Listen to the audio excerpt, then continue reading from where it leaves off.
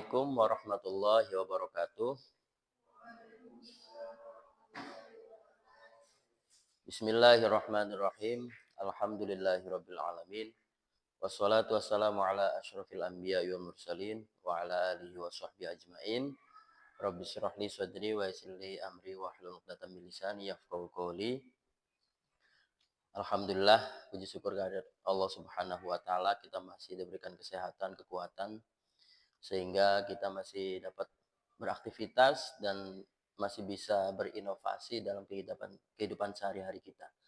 Salawat serta salam semoga selalu tercurah limpahkan kepada junjungan kita Nabi besar Nabi Muhammad SAW. Mudah-mudahan kita semua mendapatkan syafaat darinya. Amin ya rabbal alamin. Bagaimana kabarnya semuanya, teman-teman mahasiswa? Sehat? Ada yang sakit? Ada yang nggak berangkat ya? Siapa aja nih yang Yusi ada? Ibnu ada? Baik. Mudah-mudahan yang nggak hadir atau sakit diberikan kesehatan, dan yang hadir mudah-mudahan selalu diberikan kesehatan. Amin ya rabbal alamin. Kemarin kita sudah melakukan kontrak belajar dan kita sudah sepakat terkait materi-materi yang akan dilaksanakan selama satu semester ini, berarti 14 pertemuan ya. Total 16 itu UTS dan UAS. Dan sekarang kita masuk ke dalam materi yang pertama, yaitu kita akan mempelajari tentang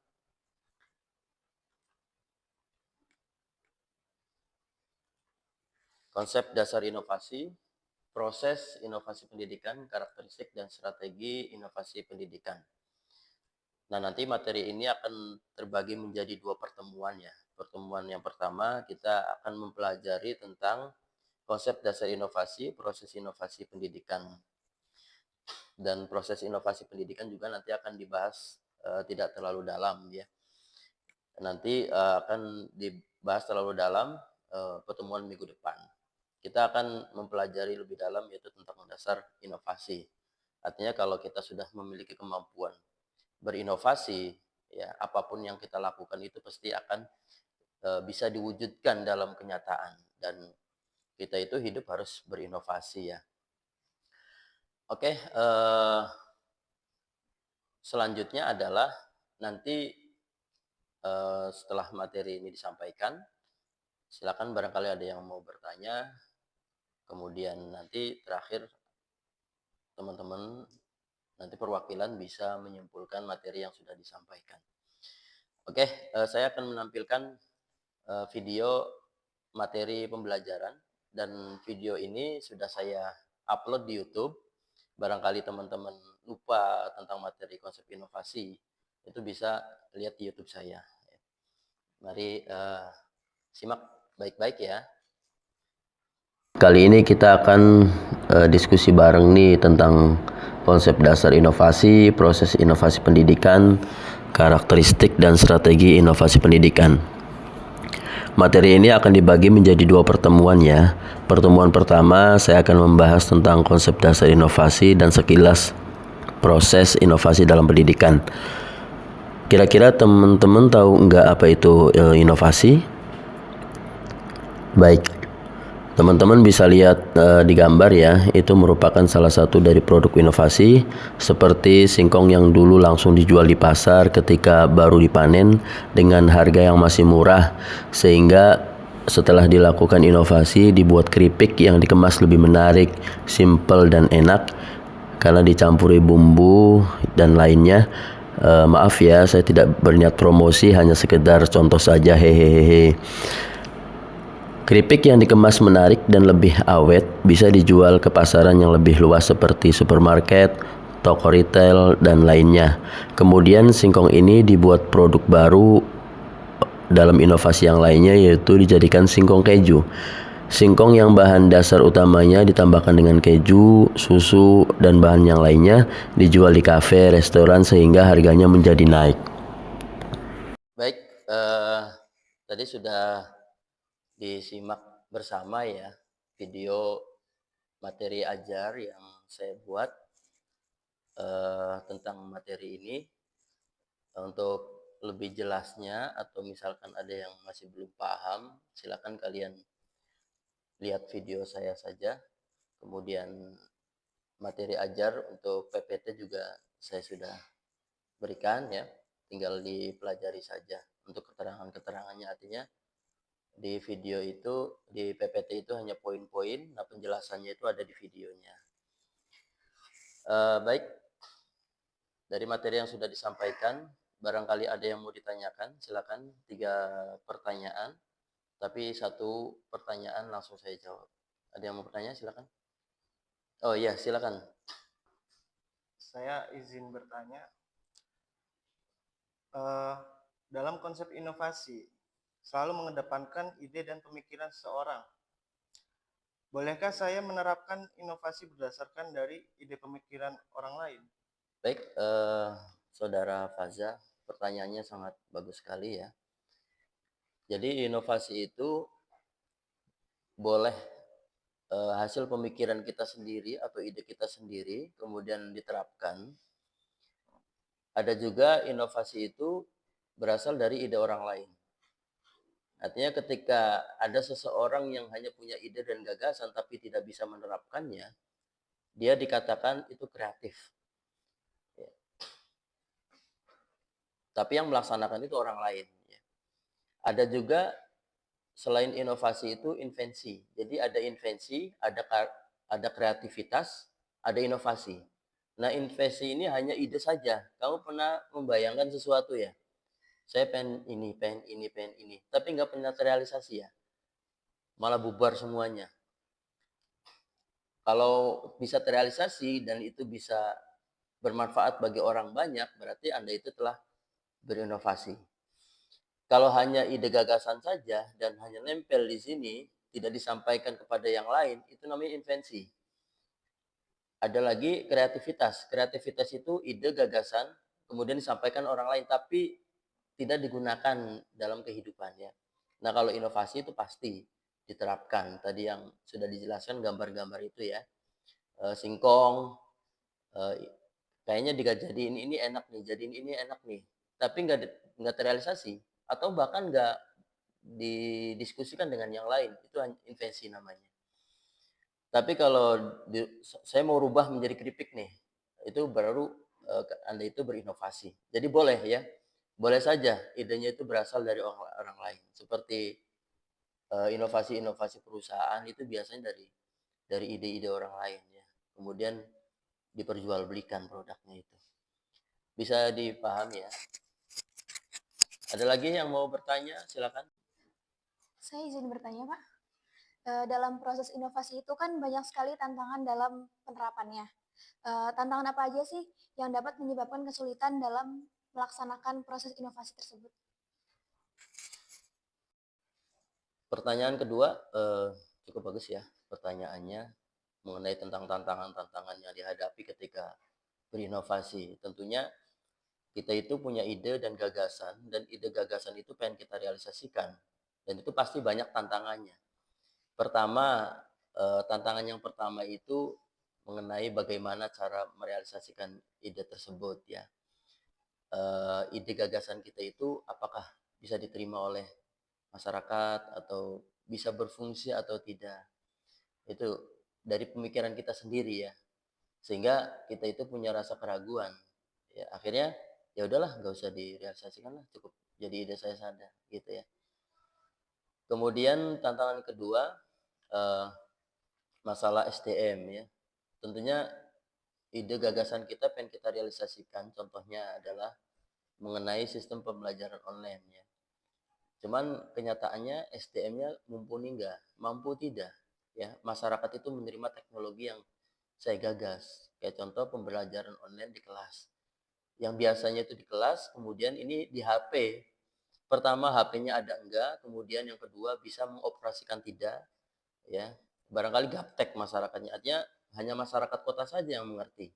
Masyarakat desa dan masyarakat desa pun ada yang paham, ada yang enggak. Mungkin sebagian besar enggak paham. Itu masalah SDM ya. Kemudian masalah waktu tantangannya itu ya. Proses inovasi itu sangat lama untuk bisa diterima dan bisa dirasakan oleh masyarakat. Contoh misalkan, saya itu membuat inovasi bahan bakar bensin ya, plastik yang dijadikan bensin. Artinya awalnya itu hanya sebagai kepentingan pelajaran saja untuk praktek siswa ya, terkait dengan inovasi. Kemudian lambat laun, menjadi perhatian masyarakat. Tapi saya memiliki kendala waktu. Saya ngajar, nggak mungkin ngurusi sampah terus ya.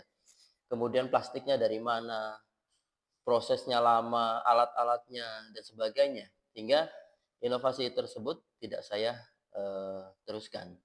Hanya untuk kepentingan praktek saja di sekolah. Ada juga saya membuat inovasi kayak kemarin liwetin ya, bumbu nasi liwet praktis. Yang biasanya itu bumbu nasi liwet harus beli lengkuasnya, daun salamnya, kemudian bumbu-bumbunya harus beli satu-satu. Nah, saya membuat inovasi gimana caranya bumbu nasi liwet ini dalam satu sajian saja, satu kemasan itu sudah terkumpul semuanya. Akhirnya saya membuat inovasi bumbu nasi liwet yang disebut dengan liwetin. Prosesnya ya cukup lama ya, dan sekarang alhamdulillah sudah berjalan 2 tahun, bahkan menjadi nilai ekonomis inovasi saya itu sekarang sudah diperjualbelikan atau mendapatkan nilai-nilai ekonomi ya, dan bermanfaat bagi masyarakat. Yang masyarakat males, orang-orang yang males belanja ini itunya, udah saya tawarkan inovasinya, yaitu bumbu nasi liwet praktis yang disebut dengan liwetin. Dan inovasi-inovasi yang sudah saya buat yang lainnya. Kemudian yang selanjutnya ada biaya. Ketika seorang berinovasi, ide gagasan itu pengen terrealisasikan, itu butuh biaya. Butuh biaya buat kitanya sendiri, buat pelaksanaannya, buat sosialisasinya, dan sebagainya. Dan yang terakhir adalah keterbatasan. Keterbatasan kita sendiri ya, terutama dalam keyakinan merealisasikan inovasi tersebut ya. Itu beberapa tantangan, walaupun tantangan masih banyak yang lainnya, itu yang bisa saya jelaskan. Selanjutnya ada lagi yang mau ditanyakan, pertanyaan terakhir, silakan. Punten Pak, izin bertanya. Kira-kira inovasi-inovasi apa aja sih yang bisa dilaksanakan dalam dunia pendidikan? Terima kasih pertanyaannya Saudara Ibnu ya. Bagus, ini sudah mengarah kepada inovasi pendidikan ya. Baik, apa saja yang harus kita lakukan terkait inovasi dalam dunia pendidikan? Ada beberapa inovasi yang bisa kita lakukan, baik itu dalam bentuk produk, jasa, ataupun sistem ya, aturan. Ada 3 jenis itu ya. Untuk produk, misal contoh bahan ajar ya. Bahan ajar ketika dulu itu sistem pembelajaran itu masih manual ya. Artinya ceramah, kemudian suruh nulis dalam buku. Sekarang banyak inovasi-inovasi yang bisa dilakukan ya, bisa berbentuk video, kemudian bisa berbentuk kartu, kuis ya, kemudian bahan ajar modul ya, kemudian tadi lab lab virtual, itu dalam bentuk produk ya. Kemudian dalam bentuk sistem pembelajaran ya, kita menggunakan Infocus ya. Kemudian sistem pembelajaran online, guru itu memberikan materi itu dengan membuat video, kemudian dia upload di YouTube, nanti siswa itu bisa melihat di YouTube di handphone masing-masing ya. Kemudian dalam bentuk aturan ya, misalkan dulu itu absen itu masih manual ya. Ibnu hadir. Nah, bisa dalam sistem pendidikan absen itu siswa itu kehadirannya bisa menggunakan fingerprint misal, atau menggunakan HP bagi siswa yang boleh bawa HP. Jadi menggunakan aplikasi absennya, tinggal klik kehadiran di situ, nanti ketahuan masuk jam berapa, kemudian pelajaran apa, kemudian namanya siapa. Ada lagi terkait dengan kebijakan ataupun aturan ya. Guru misalkan mengabsen menggunakan elektronik ya, absen elektronik. Kemudian dalam jurusan MPI misalkan pendataan guru, pendataan siswa itu menggunakan online. Kemudian ketika rapat juga berita acaranya dilakukan secara online.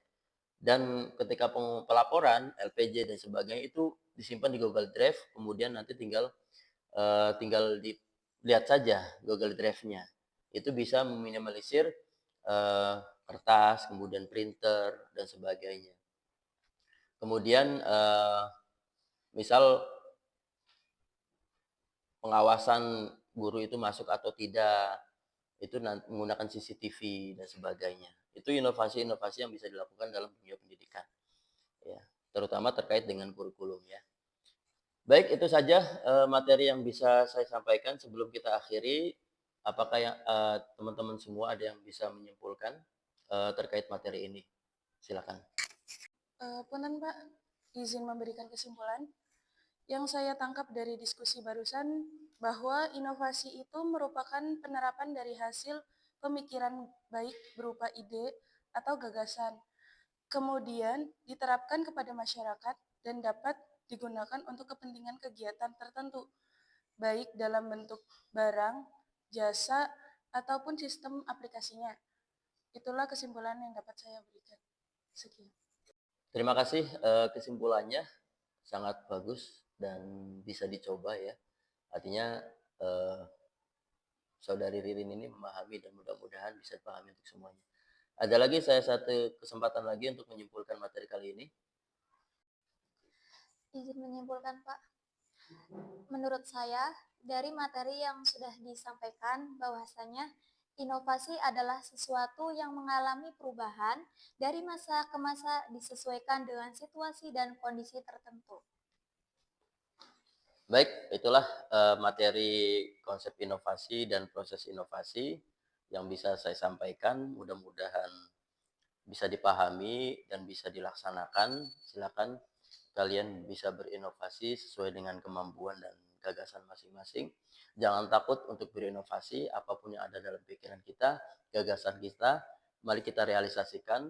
Walaupun ada yang terrealisasi, ada yang tidak, tapi tetap semangat dan jangan putus asa. Gagasan pikiran Anda itu sangat dibutuhkan untuk perkembangan zaman sekarang dan zaman nanti ke depannya buat generasi berikutnya.